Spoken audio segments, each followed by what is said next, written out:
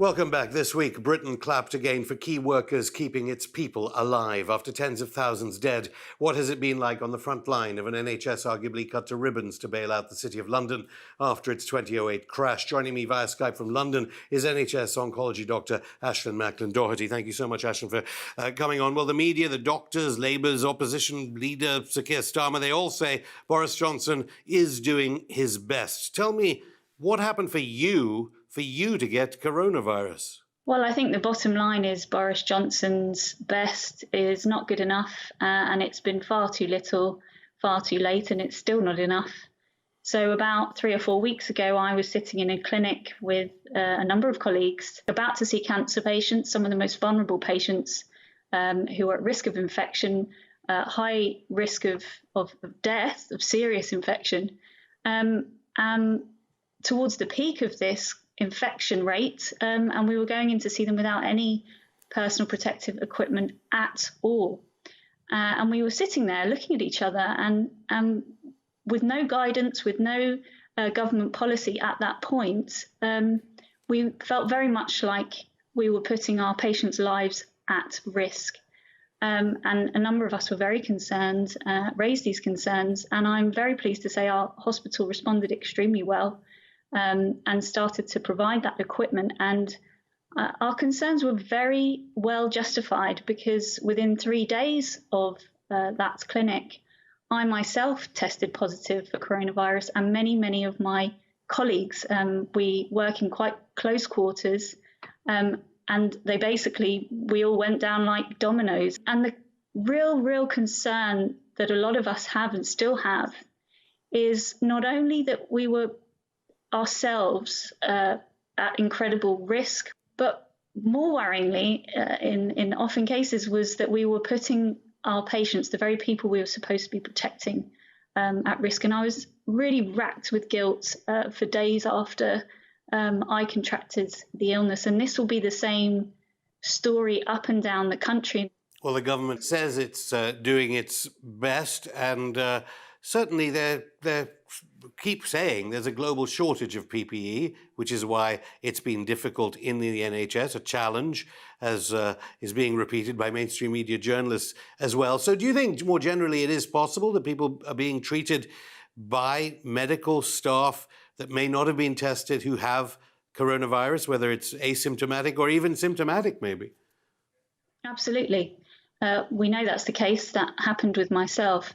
And I'm sorry, I just do not buy the government's excuses, really. As I've said, there's too little too late being done. We had a warning 3 years ago, as we know, the reports, Operation Cygnus, warned about the gross lack of planning. The government had drastically reduced stockpiles for exactly this kind of situation.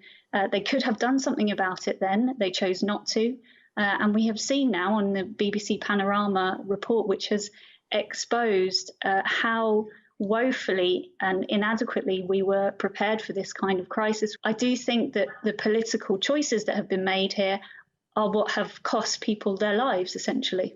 Well, one of Boris Johnson's ministers, previously his political rival in the Conservative Party, Michael Gove, maintains that they were preparing for a flu pandemic, not a coronavirus pandemic, in the context of this exercise Cygnus, which I have to say, of course, the results and conclusions are still confidential and top secret. We knew from the early reports of China, certainly within the medical profession, that this was behaving nothing at all like an average flu. It was much more infectious, and the mortality rate was much higher.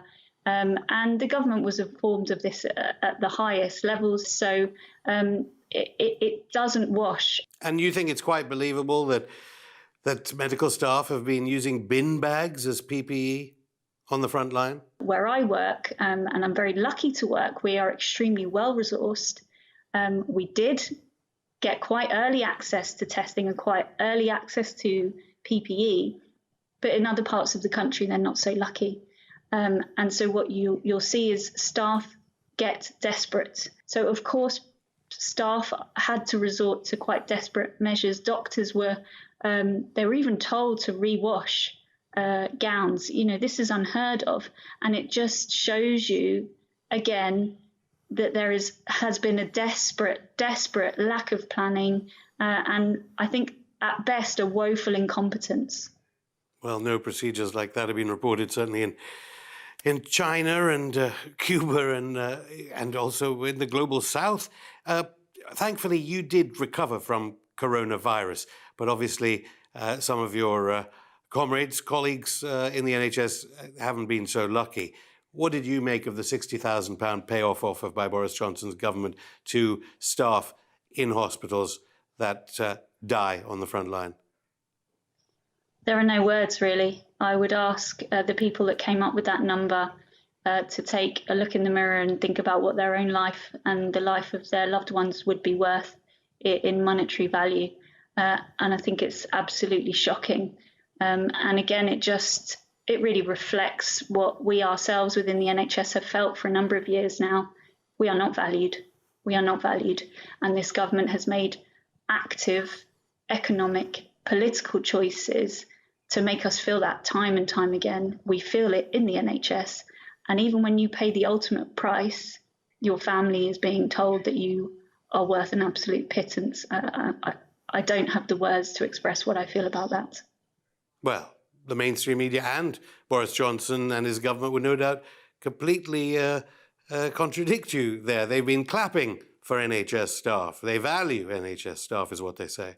I feel conflicted about the clapping. I think the millions of people across the country who are coming out on their doorsteps to relay that gesture, I find that extremely moving and extremely heartwarming, as I do similarly the incredible actions of Captain Tom Moore. I think as individuals, people are showing their support. The NHS is an extremely valued institution by the British people. By the government, it is not. And for Boris Johnson and Rishi Sunak and every other architect of the gradual decimation of NHS working conditions, for them to come out on their doorsteps and to clap us while simultaneously devaluing, de-investing and actively breaking up the NHS. It's just the absolute hypocrisy that we've seen from this government for the last 10 years. There's been widespread surprise, widespread alarm about the underreporting of figures of deaths for coronavirus in Britain versus the way figures are reported all around the world. What do you make of the reports that the chief coroner for England and Wales has issued guidance apparently not to examine failures in PPE when considering dead bodies, the dead from coronavirus? It is a very, very closely related risk factor for people contracting this disease. If they do not have protection, we are much more likely to contract the disease. And potentially, if you get a serious illness, you can die. So to ignore or overlook that as a causative factor towards people dying, it is extremely worrying. And what one would wonder why that is being ignored, and one would suspect the government are looking to avoid blame. As well as alarm about care home deaths belatedly in the media and by the government, arguably, there has also been increasing alarm about cancer, and you're an oncology doctor. What do you make of Matt Hancock, Boris Johnson's health secretary, saying that cancer treatment is unaffected by the current pandemic? It's not true. I mean, all of us, oncologists, I think, unanimously, surgeons, radiotherapy doctors, medical oncologists, we've seen an alarming reduction in the amount of treatment. We, of course, are trying ourselves to balance whether or not patients would be more at risk from coming into hospital, and trying to rationalise high-risk cases, particularly the elderly, people who have other comorbidities. But to say that cancer treatments have not been affected is simply untrue. What we are increasingly concerned about is what we think are going to be the second wave consequences of this. And a number of doctors have written about this now. And there has been some quite extensive modelling on basically the numbers of lives that will be lost from us delaying treatments. And it's likely to be in the many thousands. To us treating people, we know if cancers are not being treated, they're not being diagnosed, they will be growing and progressing. And people are going to present in a much more extreme state. Some may even be untreatable. And that's something that we really have to try and address before the cost is too high. Again, I think if planning had been done differently, I think if we didn't enter this pandemic with a grossly under-resourced health service, if we had sufficient staff, if we hadn't seen cancer centres being closed when the numbers of cancer cases are increasingly expanding, I don't think we would have had to have made the difficult choices to shut down as many cancer services. Well, nothing you're saying correlates at all with what we hear at daily Downing Street press briefings that include the Chief Medical Officer, the Chief Scientific Officer, and numerous ministers. Have you been threatened against talking to the media? Do you know of other medical practitioners and staff that have been threatened and told not to speak to the media about concerns like the ones you've raised here? So in the NHS, there's a general encouragement to not frighten the public if things aren't going well. And I think it would be fair to say that things are not going well at the moment. Lots of staff feel scared to speak up. There are lots of well-known, well-publicised cases of staff who have been targeted as whistleblowers when they do speak up, particularly about issues around management, issues around policy, about investment.